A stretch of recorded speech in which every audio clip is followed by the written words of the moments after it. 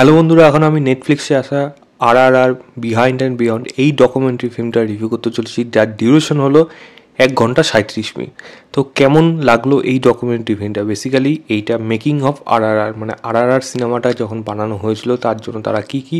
করেছিল এবং কোন সিন কীভাবে তারা লিখেছিল, সেগুলোকে কীভাবে পারফর্ম করেছিল, তার এই একটা আইকনিক সিন বানানোর পেছনে তাদের গ্রুমিংটা কোন লেভেল অবধি ছিল, ডেডিকেশন কোন লেভেল অবধি ছিল, সেটা ডিরেক্টর, প্রডিউসার, অ্যাক্টার, প্রত্যেকটা ক্রিউ মেম্বার, প্রত্যেকের জন্য। তো এই নিয়েই সম্পূর্ণ গল্পটা রয়েছে এবং অবশ্যই সঙ্গে অস্কার এবং বিভিন্ন ইন্টারন্যাশনাল ক্রিটিক্স যখন অ্যাওয়ার্ডসগুলো পাচ্ছিল তখন তারা গিয়ে কী দেখছিল এবং যেটা তারা আশাও করেনি যে বিদেশেও যে এই সিনেমাটাকে নিয়ে এরকমভাবে সেলিব্রেট হবে এবং সেটা ওয়ার্ড অফ মাউথ আস্তে আস্তে বিভিন্ন জায়গায় বেড়েছে, সেটা দেখে তারা কি রেসপন্স পেলো সেই নিয়েই সম্পূর্ণ কথা রয়েছে। এর থেকে বেশি জানতে হলে আপনাকে নেটফ্লিক্সে গিয়ে এই সিরিজটা এই ডকুমেন্টারিটা কিন্তু দেখতে হবে। যদি বলেন কেমন লেগেছে, আমি এক কথা বলবো, যারা সিনেমা বানানোর প্রতি আগ্রহ রয়েছে, সিনেমা যদি বানাতে নাও চান, আপনার সিনেমা বানায় কীরকমভাবে, মেকিং প্রসেসগুলো কীরকম, বিহাইন্ড দ্য সিন কী কী হয়, হাউ টু মেক, মানে হাউ টু থট, এই জিনিসগুলো যখন মাথায় যার এসে থাকে যে আমি এটা জানতে চাই, হয়তো আমার এরকম একটা ইচ্ছা আছে আমি সিনেমা বানাবো, বা আমি হয়তো সিনেমা বানাবো না কিন্তু আমার এই জিনিসটার প্রতি আগ্রহ আছে, তাহলে তার জন্য পার্টিকুলার এই ডকুমেন্টারিটা কিন্তু দারুণভাবে ওয়ার্ক করবে। একটা বিগ বাজেটের সিনেমা বানানোর পেছনে একটা এরকম ইন্ডাস্ট্রির থেকে, যেটা হলিউডে যদি এই সিনেমাটা বানায় তার থেকে প্রায় 10 গুণ টাকায় বানাবে, কিন্তু সে তার 10 গুণ কম টাকায় এরকম ধরনের গ্র্যান্ডিয়ার লেভেল কীভাবে বানানো যায়, তার জন্য যে প্ল্যানিং, তার জন্য যে ভিশন, সেগুলো কীভাবে উঠে আসে একজন ডিরেক্টরের মাথার থেকে,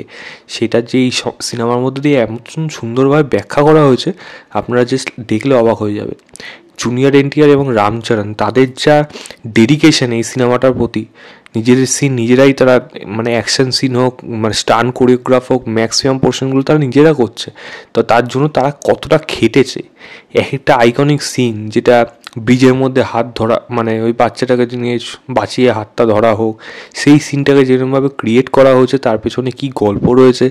সেইখান থেকে নিচে জলের মধ্যে ঝাঁপ দেওয়ার পর আন্ডার ওয়াটার সিকোয়েন্স তারা কীভাবে করেছে, কীভাবে তারা সেখানে মানে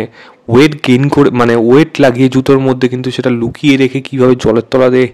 মানে তাদের বডিটা কতটা ফ্লেক্সিবল ছিল, কতটা তারা প্র্যাকটিস করেছে, সেটা আপনারা দেখতে পারবেন। এরকম প্রচুর মোমেন্ট আছে এই সিনেমাটার মধ্যে, যেইগুলো কিন্তু আপনারা উঠে আসবে গল্পগুলো, যে কীভাবে একটা মানুষের মাথা দিয়ে এই ধরনের আইডিয়া বেরোয়। এবং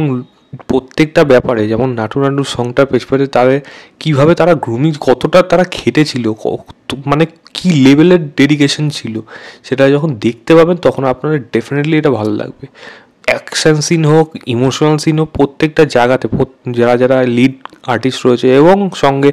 প্রডিউসার, তারপর লাইন প্রডিউসার, যারা যারা রয়েছে এখানে, প্রত্যেকেই কিন্তু এখানে তাদের মতামতগুলো দিয়েছে এবং সেখান থেকে সিনেমাটার ব্যাপারে কিন্তু অনেক ইনফরমেশন উঠে এসছে, যেটা কিন্তু হয়তো আজ অবধি আমাদের কাছে অজানা ছিল, এবং সেগুলো দেখতে কিন্তু বিশেষ করে ভালো লাগছে, কারণ এই সিনেমাটা ইটসেলফ একটা সেলিব্রেশন, বা বলা যায় একটা জিতে যাওয়ার লড়াই, বা বলা সেরকমই টাইপের। তো সেখান থেকে এই সিনেমার থেকে আমরা কী শিখতে পারছি বা কী দেখতে পাচ্ছি, এবং এমন কিছু ইনফরমেশন পাচ্ছি যেটা হয়তো আমরা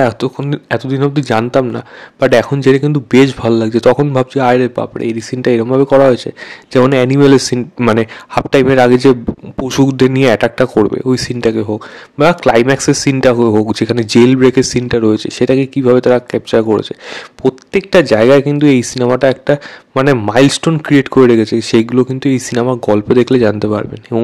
প্রত্যেকের কাছে RRR মানেটা কী সেটা যখন লাস্টে বলে, এবং রাজামৌলি যখন বলে যে RRR আমার কাছে হলো মহাভারত বানানোর জন্য, আমার ড্রিম প্রজেক্ট মহাভারত বানানোর জন্য আমার একটা স্টেপ এগোলাম বা একটা পদক্ষেপ করলাম, সেটাই হলো আমার কাছে RRR। যেটা শুনে কিন্তু সত্যিই ভালো লাগে যে এই মানুষটা সত্যি কী লেভেলে, মানে ডেডিকেশন কাকে বলে, মানে শ্রদ্ধা জিনিসটা যে শুধু জোর করে আসে না, মন থেকে আসে, এই মানুষটাকে দেখলে বুঝতে পারবেন। এবং আরেকজনে অবশ্যই প্রশংসা করবে, ভাই ক্রিয়েভানি, মানে ক্রিয়েভানির কথা, তার যে মিউজিকের সেন্স, যে কোন মিউজিকটা কীভাবে ইউজ করছে এবং তার ইনফ্লুয়েন্স মানে কোথার থেকে বিলং করছে, তো এই মিউজিকের ব্যাপারে তার যে মানে তার যে মানে আইডিয়া বা নলেজ সেটা যখন দেখতে পাবেন দারুণ। এবং শেষে যখন বলে, আমার কাছে হয়তো অস্কারটা আমার কাছে সব থেকে বড় অ্যাচিভমেন্ট না, বাট রিচার্ড কার্পেন্টার যখন আমাকে একটা গান ডেডিকেট করে মিউজিক করে আমার জন্য ভিডিও বানিয়ে করেছে, সেটা আমার কাছে সব থেকে বড়, লাইফের সব থেকে বড় অ্যাচিভমেন্ট, সেটাই আমার কাছে সব। এবং তারপরে তার চোখে জল। তো সেই জিনিসগুলো বোঝা যায় যে একটা মানুষ করার মানে একজন এত বড় বড় নামের তারা যখন এর ব্যাপার জানতে পারছে, দেখতে পাচ্ছে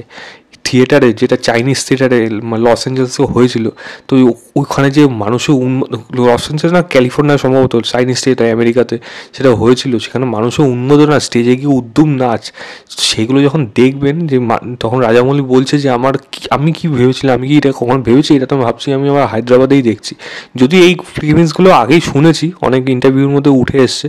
তো সেইগুলো যদিও তবুও দেখতে কিন্তু বেশ ভালো লাগছে। কারণ এই ডকুমেন্টারি ইটসেলফ একটা মানে একটা লাইব্রেরি বলা যায়। তা আমি তো অবশ্যই রেকমেন্ড করবো এই কাজটা দেখার জন্য। আমার কিন্তু খুব ভালো লেগেছে কাজটা, আমি থরলি কাজটা পুরোপুরি মন দিয়ে সহযোগ দেখেছি, এবং সেটা দেখে কিন্তু আমি বেশ ভালো রকম, আমার বেশ ভালো লেগেছে, আমার মন ভরে গেছে এই কাজটা দেখে। আপনাদের কাছে অবশ্যই বলবো যে প্লিজ গিয়ে দেখুন। একটা যে ছাগলদের যখন মারবে তখন কীভাবে তারা মারছে, এবং সেটা কিন্তু অরিজিনাল মারছে, তারপর নিজেরা দুজনকে জড়িয়ে ধরছে, দেখলে বুঝতে পারবেন মানে কতটা লেভেলে খাটলে এরকম ধরনের সিনেমা বানানো যায়, তখনই গিয়ে মানুষের কাছে কিন্তু অ্যাপ্রিসিয়েশন পায়। যাই হোক, এই ছিল আমার ওভারঅল রিভিউ আর বিয়ন্ড দ্য বিন